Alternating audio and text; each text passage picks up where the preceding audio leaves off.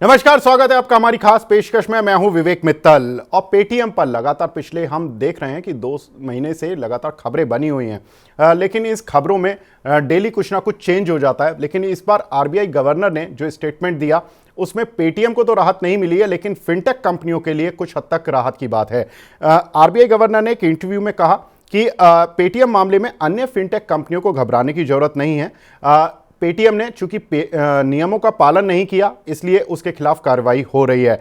अगर हम देखें तो उन्होंने ये भी कहा कि ये जो कार्रवाई है ये लगातार नियम तोड़ने की वजह से हो रही है। इसके पीछे ये नहीं है कि अभी ही उन्होंने कुछ ऐसा किया है जिसकी वजह से आरबीआई एक्शन ले रहा है। काफी सालों से ये सिलसिला चल रहा था। साथ ही उन्होंने कहा कि सेक्टर की ग्रोथ को आरबीआई हमेशा सपोर्ट करेगा। ऐसा कोई प्रॉब्लम नहीं है, जो अच्छी कंपनियां जो इनोवेशंस लेकर आ रही हैं उनको हमेशा आरबीआई सपोर्ट करेगा। साथ ही अगर उन्होंने ये भी बोला कि वॉलेट से जो बैंक अकाउंट जोड़ने के लिए 15 मार्च की डेडलाइन दी गई थी, वो उसमें कोई अब एक्सटेंशन नहीं दिया जाएगा, क्योंकि 80 से 85% पेटीएम के जो वॉलेट है वो दूसरे बैंक से ऑलरेडी लिंक्ड है।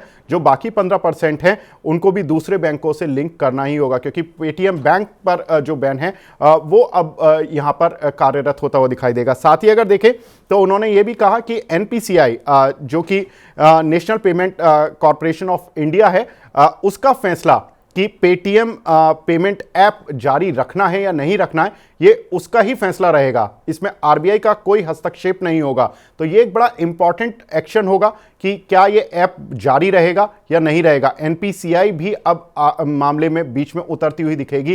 किसी भी दिन ऐसा ना हो कि ऐसा कोई भी स्टेटमेंट एनपीसीआई की तरफ से आ जाए, तो निवेशकों को सतर्क रहना होगा। हालांकि हमने मार्केट एक्सपर्ट से जानकारी लेने की कोशिश की कि पेटीएम के शेयर में अब क्या करें, क्योंकि ज़्यादातर फंडामेंटल एनालिस्ट तो यही मानते हैं कि निवेशक इससे दूर रहें। लेकिन हमने केआर चौकसी के सीनियर वाइस प्रेसिडेंट मिस्टर हेमेन कपाड़िया से उनकी राय लेनी चाहिए, तो उन्होंने बताया कि निवेशक यहाँ से दूर ही रहे, टेक्निकली भी, क्योंकि किसी भी न्यूज़ का कोई जो इम्पैक्ट होता है वो किसी भी साइड जा सकता है। हो सकता है कि पॉजिटिव न्यूज़ आए, काउंटर कुछ चलता हुआ दिखाई दे, लेकिन कहीं भी कोई नेगेटिव न्यूज़ होगी तो काउंटर में उतना ही तेज रिएक्शन होगा। इसलिए निवेशक और ट्रेडर दोनों ही दूर रहें। निवेशकों के लिए फंडामेंटल रिसर्च एनालिस्ट ज़्यादातर यही रिपोर्ट्स आ रही है, लेकिन वहीं पर हमने टेक्निकल व्यू लिया।